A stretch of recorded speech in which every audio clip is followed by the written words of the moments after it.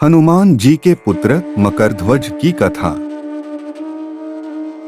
पवन पुत्र हनुमान बाल ब्रह्मचारी थे, लेकिन मकरध्वज को उनका पुत्र कहा जाता है। यह कथा उसी मकरध्वज की है। वाल्मीकि रामायण के अनुसार लंका जलाते समय आग की तपिश के कारण हनुमान जी को बहुत पसीना आ रहा था। इसलिए लंका दहन के बाद जब उन्होंने अपनी पूंछ में लगी आग को बुझाने के लिए समुद्र में छलांग लगाई तो उनके शरीर से पसीने की एक बड़ी सी बूंद समुद्र में गिर पड़ी। उस समय एक बड़ी मछली ने भोजन समझ वह बूंद निगल ली। उसके उदर में जाकर वह बूंद एक शरीर में बदल गई। एक दिन पाताल के असुरराज अहिरावण के सेवकों ने उस मछली को पकड़ लिया। जब वे उसका पेट चीर रहे थे तो उसमें से वानर की आकृति का एक मनुष्य निकला। वे उसे अहिरावण के पास ले गए। अहिरावण ने उसे पातालपुरी का रक्षक नियुक्त कर दिया। यही वानर हनुमान पुत्र मकरध्वज के नाम से प्रसिद्ध हुआ। जब राम रावण युद्ध हो रहा था तब रावण की आज्ञानुसार अहिरावण राम लक्ष्मण का अपहरण कर उन्हें पातालपुरी ले गया। उनके अपहरण से वानर सेना भयभीत व शोकाकुल हो गई। लेकिन विभीषण ने यह भेद हनुमान के समक्ष प्रकट कर दिया। तब राम लक्ष्मण की सहायता के लिए हनुमान जी पातालपुरी पहुंचे। जब उन्होंने पाताल के द्वार पर एक वानर को देखा तो वे आश्चर्यचकित हो गए। उन्होंने मकरध्वज से उसका परिचय पूछा। मकरध्वज अपना परिचय देते हुआ बोला, मैं हनुमान पुत्र मकरध्वज हूँ और पातालपुरी का द्वारपाल हूँ। मकरध्वज की बात सुनकर हनुमान क्रोधित होकर बोले, यह तुम क्या कह रहे हो?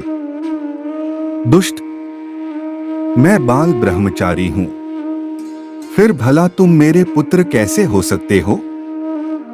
हनुमान का परिचय पाते ही मकरध्वज उनके चरणों में गिर गया और उन्हें प्रणाम कर अपनी उत्पत्ति की कथा सुनाई।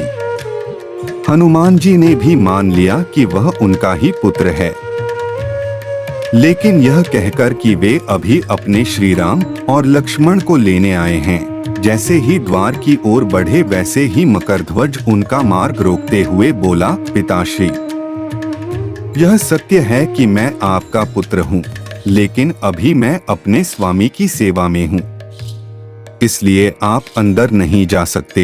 हनुमान ने मकरध्वज को अनेक प्रकार से समझाने का प्रयास किया, किंतु वह द्वार से नहीं हटा। तब दोनों में घोर युद्ध शुरू हो गया। देखते ही देखते हनुमान जी उसे अपनी पूंछ में बांधकर पाताल में प्रवेश कर गए।